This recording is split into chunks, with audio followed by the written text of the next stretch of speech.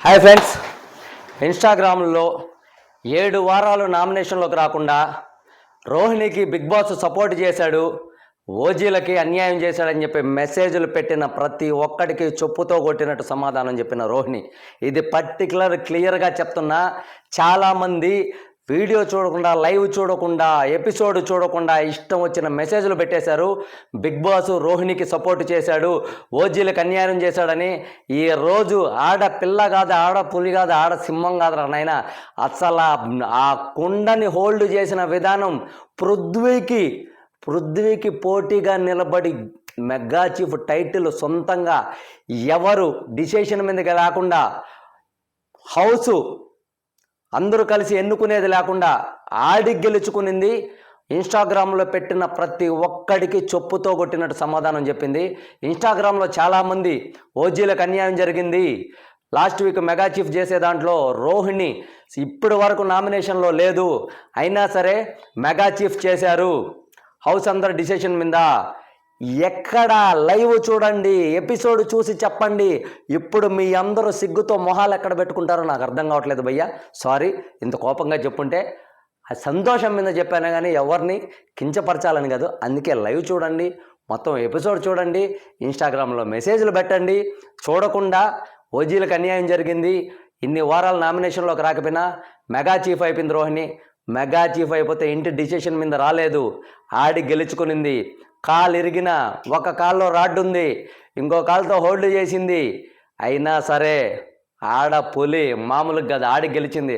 Rohini salute అమ్మా, నువ్వు మామూలు కాదు. నువ్వు కానీ ఫస్ట్ వీక్ నుంచి ఉంటే నాకు తెలిసి ఈరోజు టాప్ 5 పొజిషన్లో నీలాంటి క్యారెక్టర్, మంచి క్యారెక్టర్, జెన్యూన్గా ఆల్రౌండర్ ఉన్న నువ్వు టాప్ 5లో కంపల్సరీగా ఉండేదానివి.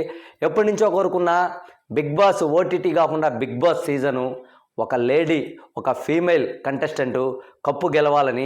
నిజంగా నువ్వు నుంటే ఫస్ట్ నుంచి ఈరోజు కప్పుకి దగ్గరగా నువ్వు కూడా ఉండేదానివేమని నా హార్ట్ఫుల్ ఫీలింగు. నిజంగా రోహిణి సూపరు, హ్యాట్స్ ఆఫ్. నీకు ఎన్ని చెప్పినా తక్కువే. అలా హోల్డ్ చాలామంది చాలా టాస్కులు ఆడారు కానీ 3 to 4 hours జరిగింది టాస్కు, మామూలుగా కాదు. పృథ్వీ కూడా సూపరు. పృథ్వీ గురించి నేను చెప్తాను.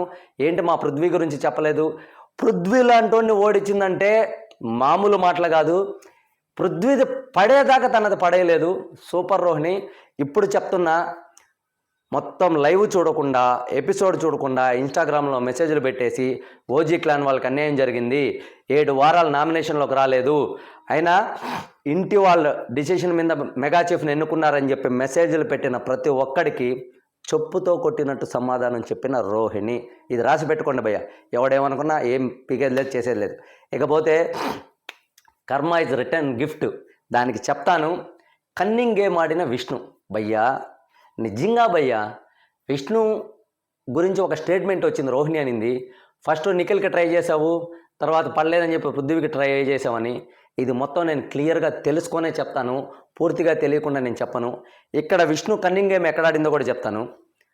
పృథ్వీని గెలిపించడం కోసము, కేవలం పృథ్వీని గెలిపించడం కోసం మాత్రమే ఆటోలో కూర్చున్న టాస్కులో తేజాన్ని తోసేయడము. రోహిణి ఫస్ట్ పృథ్వీని తోసేయడానికి స్టార్ట్ చేసింది. ఓకే, రోహిణికి పృథ్వీకి జరుగుతుంది. రోహిణిని తోసేయడము అండ్ యష్మిని తోసేయడము, మళ్ళా లాస్ట్లో తనే దిగిపోవడం, పృథ్వీని గెలిపించాలని. తర్వాత విష్ణుప్రియ కన్నింగ్ గేమ్ ఎక్కడ ఆడిందో క్లియర్గా చెప్తా.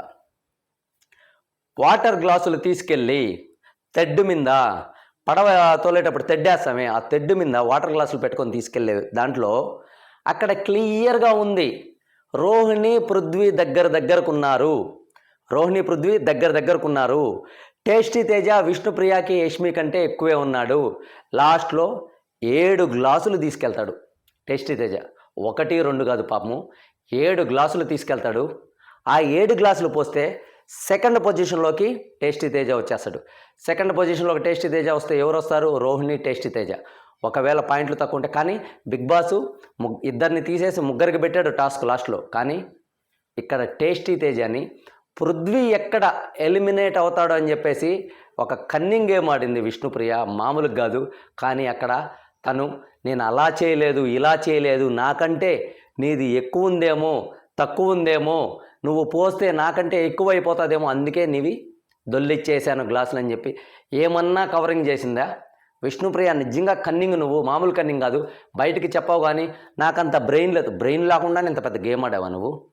ఆటోలో కూడా అందరూ కూర్చుంటే లాస్ట్ దాకా ఉంచుకొని యష్మిని కూడా వాడుకొని, యష్మి పిచ్చిది పాపము, వీళ్ళు సపోర్ట్ చేస్తారనుకునింది కానీ యష్మియే పిచ్చిది. యష్మిని కూడా లాగి అవతలేశారు. వాస్తవంగా అస్సలు బ్రెయిన్ గేమ్ ఆడిందంటే అక్కడ విష్ణునే. ఇక్కడ వరకు ఓకే, ఆ గేమ్కి ఆటోలో ఆడిన గేమ్కి నేను ఓకే అనుకుంటా, నో ప్రాబ్లం. కానీ గ్లాసుల్లో వాటర్ తీసుకెళ్ళి పోసే టాస్క్ ఏదైతే ఉందో అక్కడ కన్నింగ్ ఆడింది. నీకోసం నువ్వు ఆడుకో, నో ప్రాబ్లం. నువ్వు గెలవాలని ఆడుకో. పక్కనోడిని గెలిపించడానికి ఇంకొకటికి అన్యాయం చేయడం చాలా తప్పు. నీ ఫ్రెండ్ అవ్వచ్చు, నువ్వు ఇష్టపడుతుండొచ్చు, ఏదన్నా జరగవచ్చు. కానీ పృథ్వీ ఎక్కడ థర్డ్ పొజిషన్లో వస్తాడని చెప్పేసి టేస్టీ తేజ గ్లాసులు మొత్తం పడగొట్టేసింది.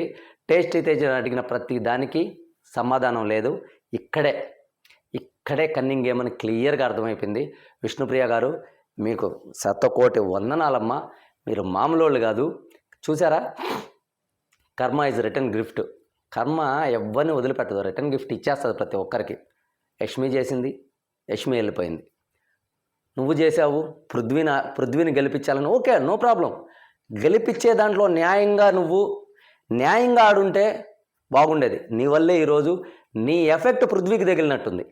నువ్వు చేసిన మోసమే, నువ్వు చేసిన కన్నింగ్ గేమే పృథ్వీకి తగిలినట్టుంది. పృథ్వీ పాపం జెన్యూన్గానే కష్టపడ్డాడు. కానీ నీ కన్నింగ్, నువ్వు గెలిపించాలనుకుంటే న్యాయంగా ఆడి గెలిపించు. అవతల బిగ్ బాస్ చెప్పాడు ఎలాగైనా గెలవచ్చు అని చెప్పేసి. కానీ టేస్టీ తేజ ఎవరు? పృథ్వీ కంటే టేస్టీ తేజ ఎప్పటి నుంచో తెలిసినోడు కదా. అయినా సరే టేస్టీ తేజ పడగొట్టేస్తావు. టేస్టీ తేజ పడగొట్టేసిన తర్వాత టేస్టీ తేజ అడుగుతారు, ನಾವು పడగొట్టాము, యష్మిది ఎందుకు పడగొట్టలేదు గ్రూప్ గేమ్ అని. అప్పుడెళ్ళి యష్మిని పడేస్తుంది. యష్మి గ్లాసులు క్లియర్గా అర్థమవుతుంది. విష్ణుప్రియ మామూలు కన్నింగ్ కాదు, నెంబర్ 1 కన్నింగ్ ప్లేయర్ విష్ణుప్రియ. ఇప్పుడు ఏమైంది? నువ్వు గెలవల, యష్మి గెలవల, పృథ్వీ గెలవల. లాస్ట్కి ఎవరు గెలిచారు? రోహిణి. అందరూ ఏమన్నారు? 7 వారాలు నామినేషన్లోకి రాలేదు. హౌస్ అందరూ డిసైడ్ చేసి వాళ్ళందరూ కలిసి రోహిణిని ఎంచుకున్నారు. లైవ్ చూడకముందు, ఎపిసోడ్ చూడకముందు మెసేజ్లు పెట్టేశారు. వాళ్ళందరికీ ఇప్పుడు సరైన సమాధానం చెప్పింది రోహిణి. మామూలుగా ఆడలేదు టాస్కు. ఈరోజు టాస్కు రోహిణి ఆడిందంటే అస్సలు నేను మామూలుగా టెన్షన్, ఒక పక్క టెన్షన్ వచ్చేసింది. ఎవరిది పడిపోద్దా అంటే పృథ్వీకి నేను అగైనెస్ట్ కాదు, పృథ్వీ కూడా సూపర్గా ఆడాడు. ఎవరిది పడిపోద్దా ఒక ఆడపిల్ల అంతసేపు నిలబడి, పృథ్వీకి ఆపోజిట్లో నిలబడి అంతసేపు హోల్డ్ చేసిందంటే మామూలు మాటలు కాదు. ఇది అసలు ఎక్సలెంట్. నేను ఇంకొక వీడియో కూడా చెప్తానండి, ఎవరు ఎలిమినేషన్ అవుతారు, ఎవరెవరికి కర్మ రిటర్న్ గిఫ్ట్లు ఇవ్వబోతుంది. రేపు మార్నింగ్ ఒక వీడియో వస్తుంది. కానీ నాకు మటుకు ఈరోజు ఎపిసోడ్ కానీ ఈరోజు లైవ్ కానీ సూపర్గా నచ్చింది. ఎందుకంటే వీళ్ళు చేసిన మోసాలు, వీళ్ళు ఆడిన కన్నింగ్ గేమ్లు కర్మ వాళ్ళందరికీ రిటర్న్ గిఫ్ట్ ఇచ్చేసింది. న్యాయంగా జెన్యూన్గా కష్టపడి ఆడిన వాళ్ళకి దేవుడు కూడా తోడుంటాడు. నేను ఫస్టే చెప్పాను, అవతల వాడిని ముంచాలి, మనం ఎదగాలనుకునేవాడు ఎప్పుడూ ఎదగడు. నిజంగా నిజాయితీగా కష్టపడ్డాడు మాత్రం ఎప్పటికైనా ఎదగతాడు. ఒకసారి చూడు, 8 నిమిషాలు, ఎప్పటికైనా ఎదగతాడు. నేను అదే చెప్తున్నా, నిజాయితీగా ఉండండి. పర్సనాలిటీ షో అది. ఇంకొకటి, విష్ణుప్రియ గురించి రోహిణి ఏదైతే ఎలిగేషన్ పెట్టిందో రేపటి వీడియోలో చెప్తానండి. అలాగే ఎవరు ఎలిమినేట్ అవ్వబోతున్నారో కూడా రేపటి వీడియోలో చెప్తాను. మీకందరికి ఎలా అనిపించింది? ఇది పెద్ద సోదేం కాదండి, ఉన్న పాయింట్లు క్లియర్గా కొన్ని పాయింట్లే చెప్దామనుకున్నాను.